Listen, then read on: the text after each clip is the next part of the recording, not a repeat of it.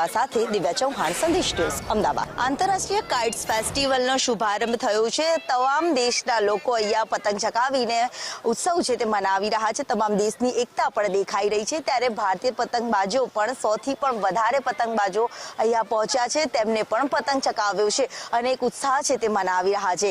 મુંબईના पतंगबाज अपनी साथ है, अपनी साथ बात करिए। क्या नाम है आपका और किस तरह से आप पतंग चगा रहे हो, किस तरह का एंजॉय आप कर रहे हो? मैं डॉक्टर नम्रता जोशी मुंबई से हूँ, महाराष्ट्र से आई हूँ। ये मेरा 7वां इंटरनेशनल काइट फेस्टिवल है। गुजरात गवर्नमेंट ने मुझे यहाँ इनवाइट किया है पतंग उड़ाने के लिए। मेरे पास करीब 10 से 15 पतंग हैं मेरे पास। काइट फेस्टिवल है ये एक संस्कृति और कल्चर और इन सब का एक मिश्रण है। यहाँ पे आप अलग अलग तरह का फूड भी हमें खाने, गुजरात की जो फूड स्पेशलिटी है वो भी मिलती है।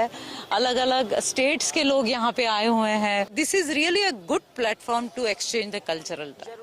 કલ્ચરની ઝાંખી પણ અહીંયા જોવા મળે છે અને સાથે જ ભલે પતંગ ચકાવવાની પતંગો અલગ અલગ હોય, પરંતુ તમામ દેશની જે એકતા અને અખંડિતતાનું પ્રતીક એટલે ભારત દેશ અને ભારતની એક આગવી ઓળખ છે તેની ઝાંખી પણ અહીંયા જોવા મળી રહી છે। જ્યારે મહારાષ્ટ્રના પતંગબાજે પણ એક મહત્વપૂર્ણ વાત કરી અને એક ખુશી છે તે પણ અહીંયાની સંસ્કૃતિને લઈને અનુભવી રહ્યા છે। કેમેરામેન ફુખરા